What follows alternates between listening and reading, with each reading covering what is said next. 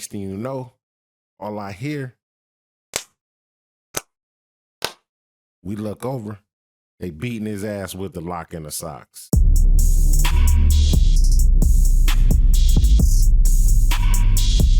Cano wins.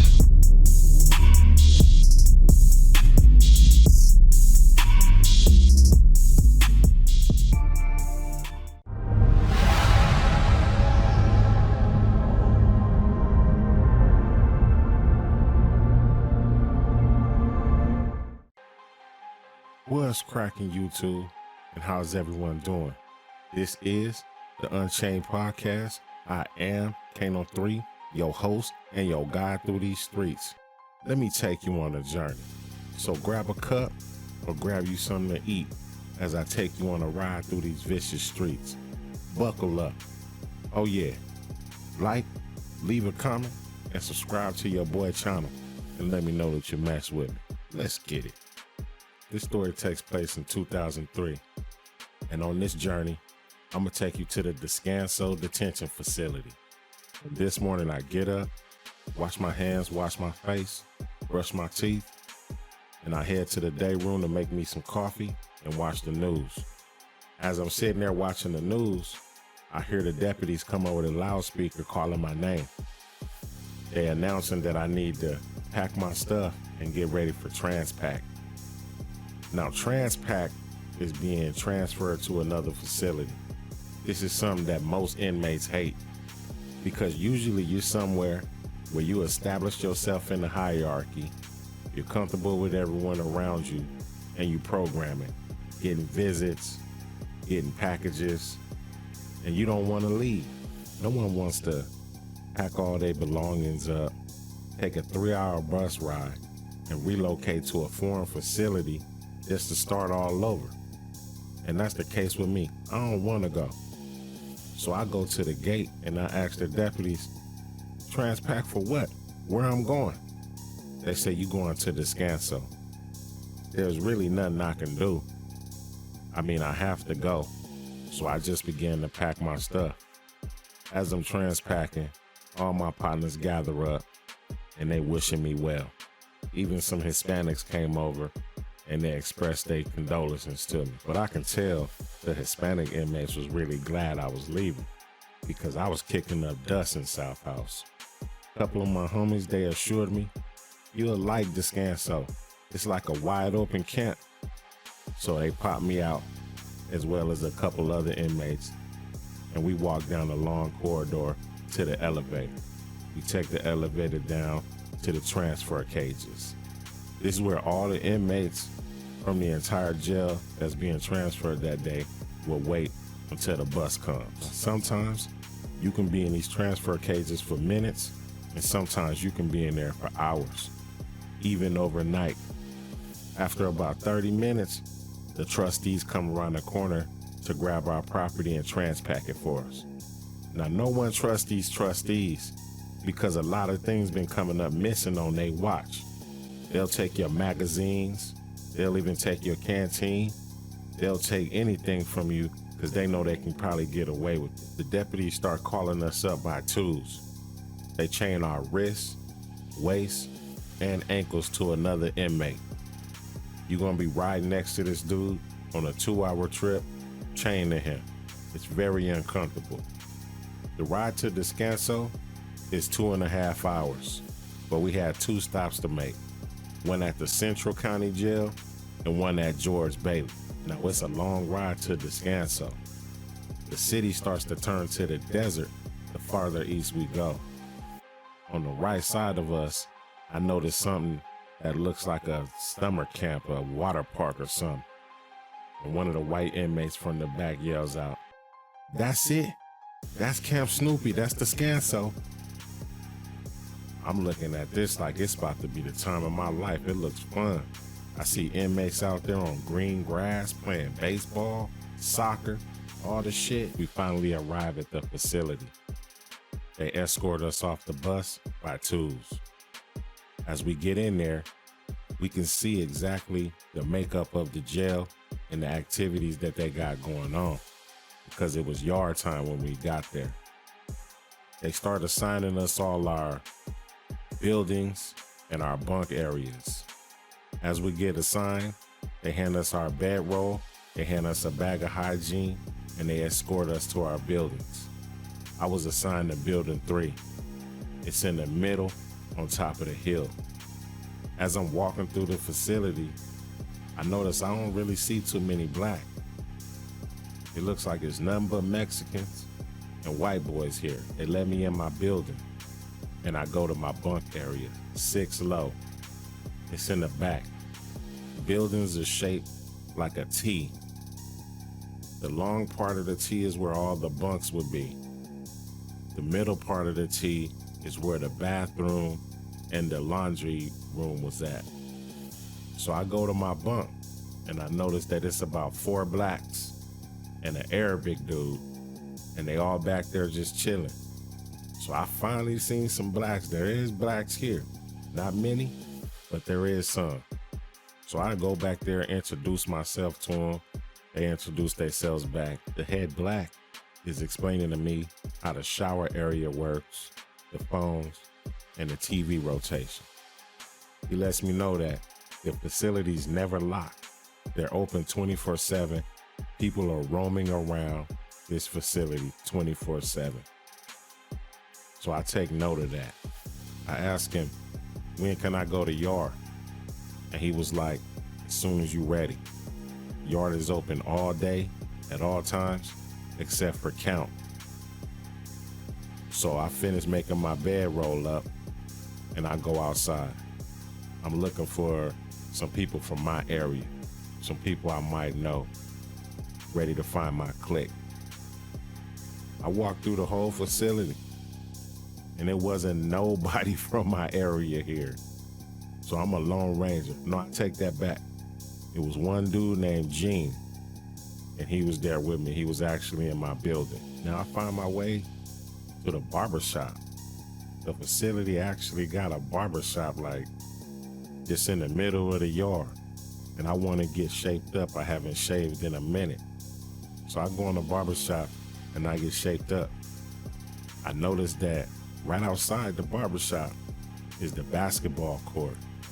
Now, back at Vista, all we do at yard is play basketball competitively. And they got a nice court. So I'm looking at it like, man, why ain't nobody playing ball? All I see is Mexicans playing ball. No brothers. It's like 3 courts, all Mexicans, no brothers. So I'm asking the dudes in the barbershop like, why ain't nobody playing basketball? He was like, I don't know. If you want to play, all you got to do is grab a basketball and call next. And I was like, that's it? He's like, yeah, that's all you got to do. So I started asking a couple brothers that was standing around the barbershop if they played basketball, if anybody wanted to play. A couple brothers, they said they wanted to play. So I went to the little ball checkout room, grabbed the basketball, called next. When the Southsiders was done with their game, they gave us the court, and we played a game of 21. After we was done, we gave them back the court, and they played. We called next again. We played about 2-3 games that day until they had count. And then I remember when I went back to my dorm, one of the blacks in there was like, you was playing basketball? And I was like, yeah. He was like, how was you playing basketball? Like, I grabbed the ball and I called next. He looked at me like this was foreign to them, like they wasn't allowed to play basketball or something. I've been in this facility for 3 weeks, going on a month. I've established myself as second in command in the hierarchy, right under Gene. I'm getting visits, letters, my canteen fat. All the blacks, we now playing 5-on-5 full court basketball games. Now this facility holds about 700 inmates. And I would say, and I'm being generous, that about 50 out of that 700 was blacks. The others was Hispanics and white boys. So as you know, we're severely outnumbered, as always. So one day, I'm sitting around with Gene and the two other black dudes, and we playing spades on the bunk. In comes the Arabic dude, who's a Chaldean. And he comes over to us, he's upset, he's distraught. And we like, man, what's up? He like, bruh, they keep being racist to me. And we're like, who, what are you talking about? He like, bruh, they keep calling me a sand N-word. Which I had never heard that term before. This is the first time I ever heard it. And he was very upset and he wanted to fight somebody. We kept telling him to calm down because we know we don't got no win here. We have no win here. He's not trying to hear it. He's hell-bent on getting his revenge and get back. Punching in the air and all type of silly stuff. Making a scene. I could see the Mexicans watching us with this sneaky look in their eyes. So we trying to tell him to calm down. And he rose right up on the little Southsider dude that was supposed to have disrespected him. And he asked him, what's up? Like, why you fucking talking crazy? And he was like, man, what you talking about? He got up, but they grabbed him immediately, like the Southsider. And they pulled him back.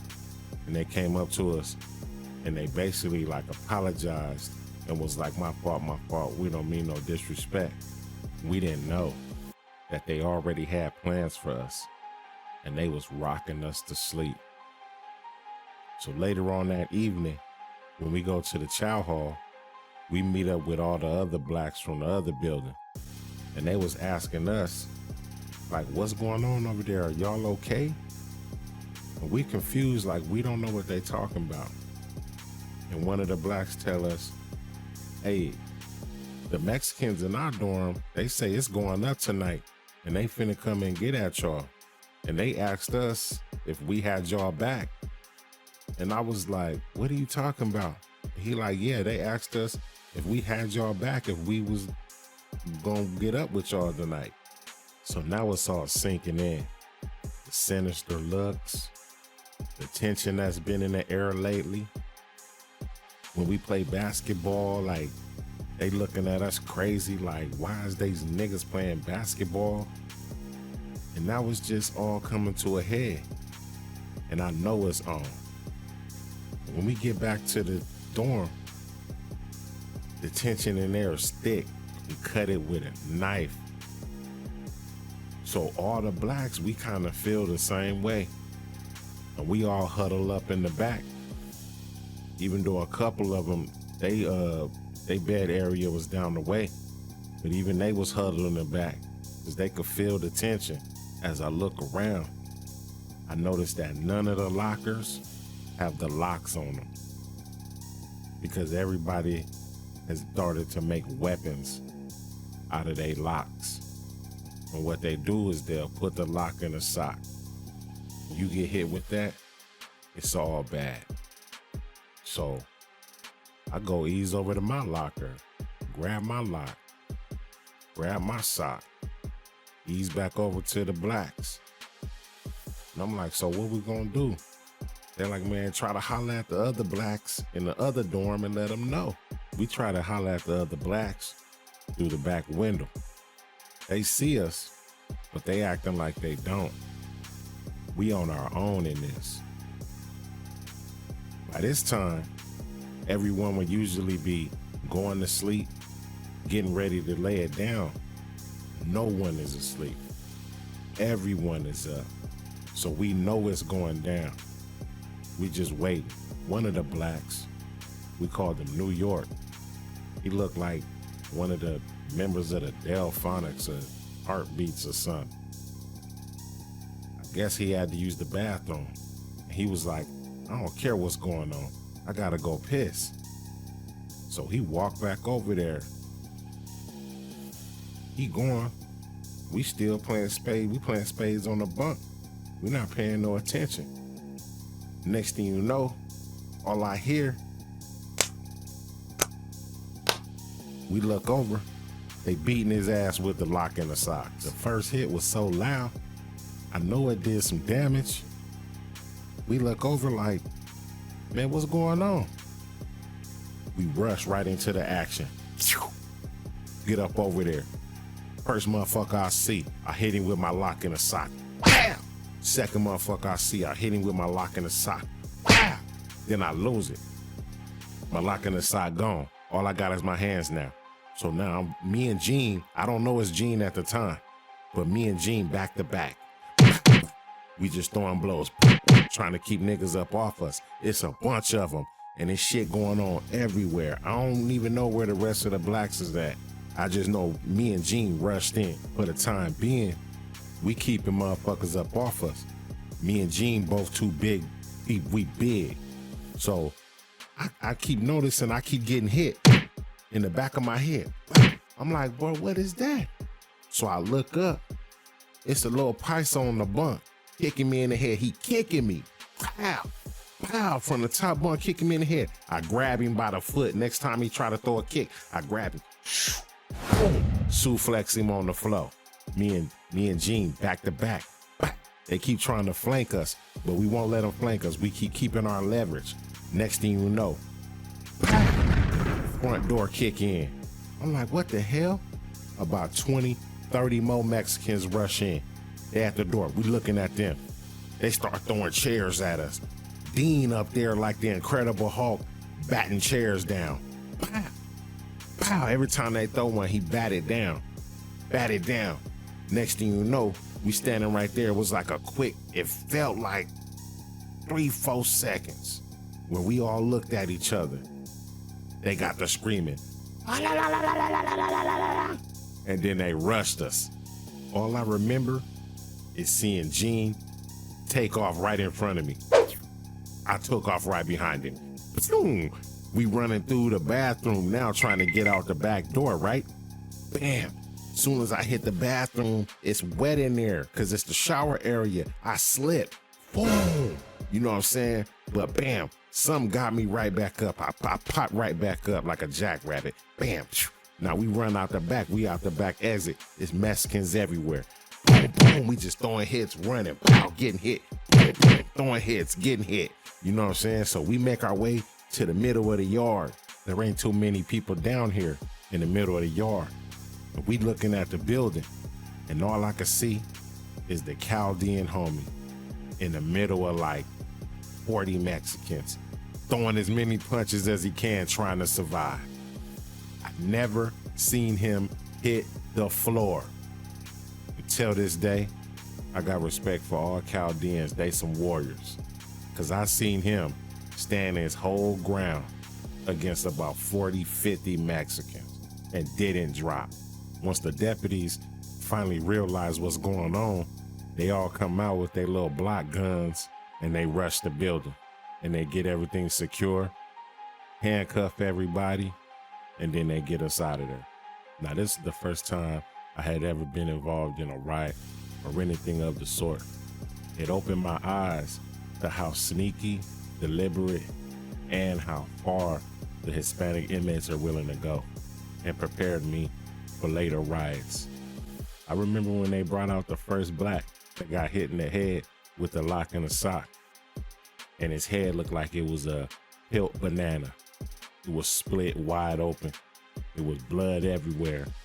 I just remember the deputies carrying him out and just blood pouring on the ground like a water faucet. They brought out the Chaldean. He looked like he didn't even have a scratch on him. All right, y'all. This was the story about the first riot I was ever involved in. It took place at the Descanso detention facility. I hope you guys learned something. Always be respectful. I hope you guys enjoyed the story. Peace. Hey, thank you for watching, and thank you for checking out the Unchained podcast. If you stayed this long, hit that subscribe button, like, and leave a comment. Remember, you only got one life to live.